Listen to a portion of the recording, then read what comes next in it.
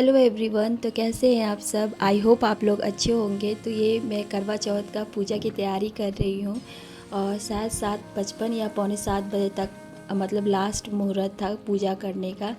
पर मैंने भी कर लिया उसके मतलब कि पहले इसकी पूजा पहले ही स्टार्ट कर दी थी मैंने। तो वही मैं पूजा करने की तैयारी कर रही हूँ।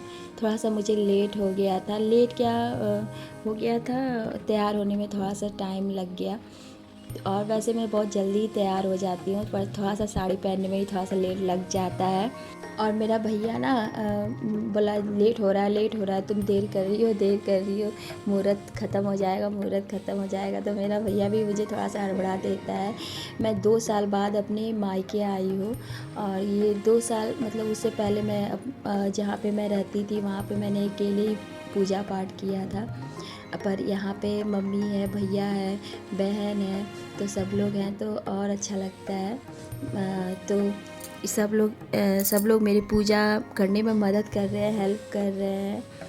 और यहाँ पे मैं जब कोई व्रत पूजा पाठ करती हूँ ना तो मुझे कोई टेंशन नहीं रहता है कि मुझे ये काम करना है, मुझे वो करना है, मतलब मुझे कुछ करना ही नहीं रहता है। बस हाँ ये रहता है कि हाँ मुझे पूजा करना है, तो उसी चीज़ पे कंसंट्रेट करना रहता है। तो यहाँ पे मुझे बिल्कुल भी टेंशन नहीं रहती।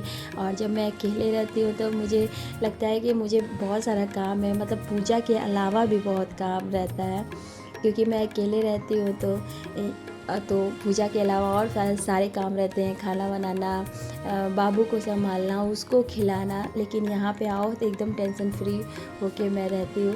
तो यही मैं पूजा करने की तैयारी कर रही हूँ। और मैंने ना छोटी सी करवा माता की फ़ोटो ली है। मेरी बहन कह रही थी कि थोड़ा बड़ा ले लेते हैं, सही रहता। पर बहन को मतलब कि मैंने कहा कोई नहीं, छोटा से भी हो जाएगा। तो ये बहुत ही प्यारी सी छलनी है जो बहुत ही खूबसूरत लग रही है। मम्मी ने ना मंदिर पहले से ही साफ़ सुथरा कर दिया था। कहा ना कि मैं यहाँ आती हूँ तो मुझे बिल्कुल भी टेंशन नहीं रहती है। तो ये मम्मी पहले से ही मंदिर साफ़ सुथरा कर दी थी मॉर्निंग में ही।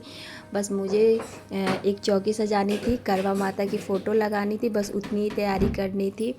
तो ये भैया फूल लेके आया और बहुत सारा फूल लेके, मैंने कहा कि भैया थोड़ा सा भी फूल से हो जाता, पर भैया पूरा एक प्लास्टिक भर के फूल लाया। बोला कि आज पूजा है तो ज़्यादा फूल चाहिए।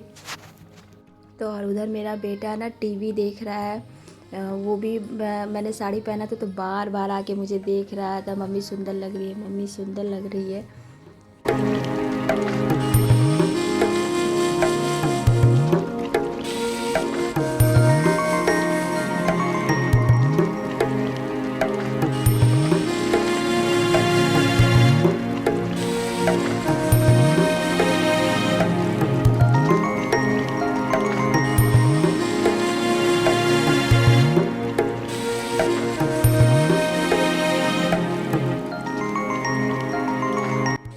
इधर कुछ श्रृंगार का सामान भी मैंने खरीदा था, तो वही भगवान जी को चढ़ा रहे हैं। वैसे जो सुहाग वाला व्रत होता है, पूजा पाठ होता है, तो उसमें सुहाग की सामान चढ़ाना बहुत ही अच्छी बात होती है। तो मैंने भी कुछ सुहाग का सामान चढ़ा दिया। और ये मैं ना सामान दान नहीं करूँगी। दान अगर मिल जाते हैं, मतलब अगर मंदिर वंदिर अच्छे से मिल जाता है तो वहाँ दान कर दिया जाता है, नहीं तो मैं खुद ही यूज़ कर लेती हूँ। क्योंकि कोई बात नहीं, वो भी तो एक प्रसाद ही हुआ जो माँ को चढ़ जाता है, तो फिर आप उसे यूज़ कर देते उसमें। तो इसलिए मैं अक्सर ही जो सामान चढ़ाती हूँ वो खुद भी यूज़ कर लेती हूँ। अगर पॉसिबल होता है तो दान कर देती हूँ, नहीं तो मैं खुद वो यूज़ कर लेती हूँ। तो ये लगभग मेरी पूजा पाठ हो चुका है, घर का पूजा लगभग हो गया है।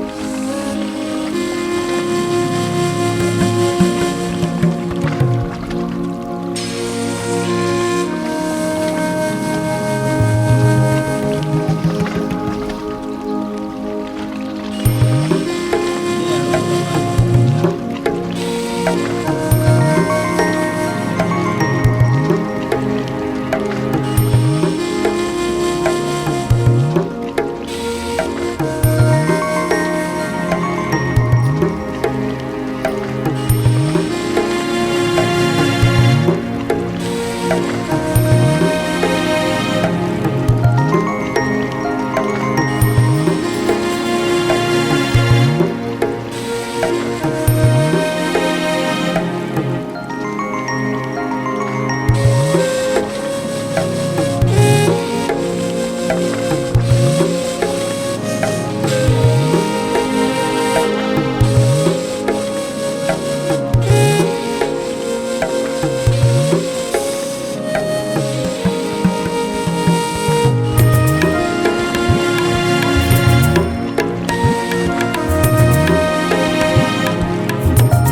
की बात है, एक साहूकार के 7 बेटे थे और उनकी एक बहन करवा थी।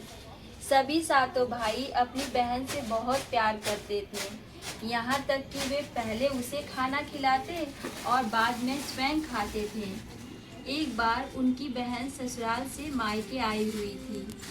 शाम को भाई जब अपना व्यवसाय बंद कर घर आए तो देखा उनकी बहन बहुत व्याकुल थी।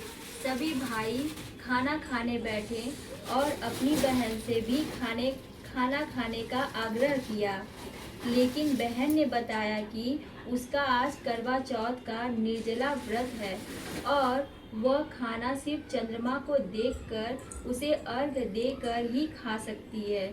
चूँकि चंद्रमा अभी तक नहीं निकला है, इसलिए वह भूख प्यास से व्याकुल हो उठी है। सबसे छोटे भाई को अपनी बहन की हाथ की ओट में रख देता है। दूर से देखने पर वह ऐसा प्रतीत होता है कि जैसे चतुर्थी का चाँद उदित हो रहा हो। इसके बाद भाई अपनी बहन को बताता है कि चाँद निकल आया है, तुम उसे अर्घ्य देने के बाद भोजन कर सकती हो।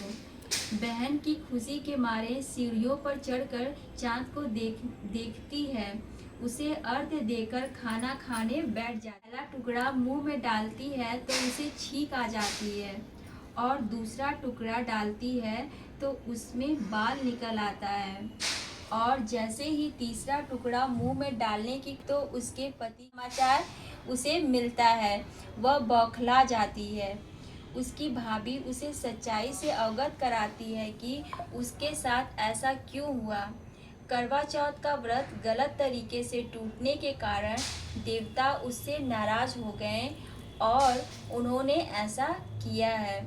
सच्चाई जानने के बाद करवा निश्चय करती है कि वह अपने पति का अंतिम संस्कार नहीं होने देगी और अपने सतीत्व से उन्हें पुनर्जीवन दिलाकर रहेगी।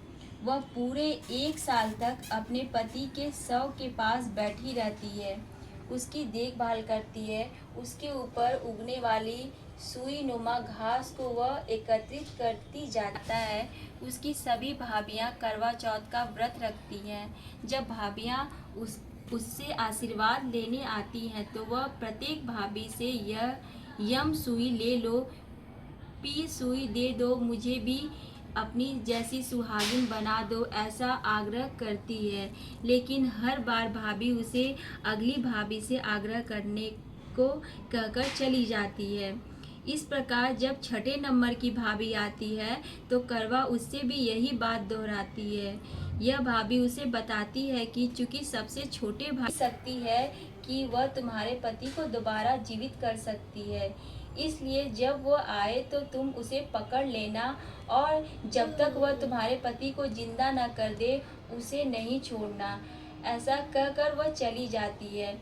सबसे अंत में छोटी भाभी आती है। करवा उनसे भी सुहागिन बनने का आग्रह करती है, लेकिन वह टाल मटोल उन्हें जोर से पकड़ लेती है और अपने सुहाग को जिंदा करने के लिए कहती है।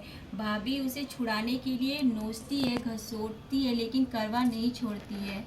अंत में उसकी तपस्या को देखकर भाभी पसीज जाती है और अपनी छोटी अंगुली को चीरकर उसमें से अमृत उसके पति के मुंह में डाल देती है। करवा का पति तुरंत श्री गणेश कहता हुआ उठ बैठता है। इस प्रकार प्रभु कृपा से उसकी छोटी भाभी के माध्यम से करवा को अपना सुहाग वापस मिल जाता है।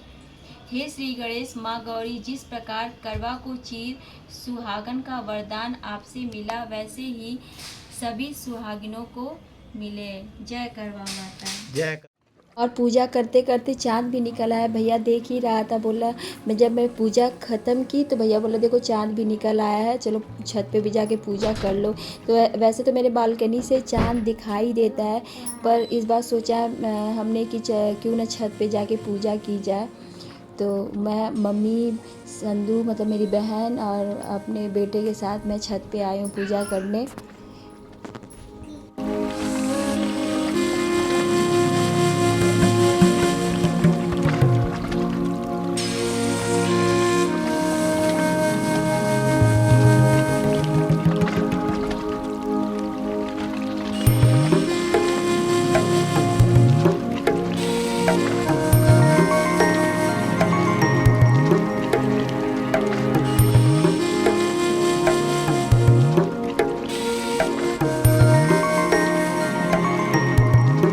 पूजा कर ही रही थी कि इनका भी फ़ोन आ गया, तो वही मम्मी लेके खड़ी है और मैं फ़ोटो देख के मतलब वीडियो कॉल में ही पूजा कर रही हूँ।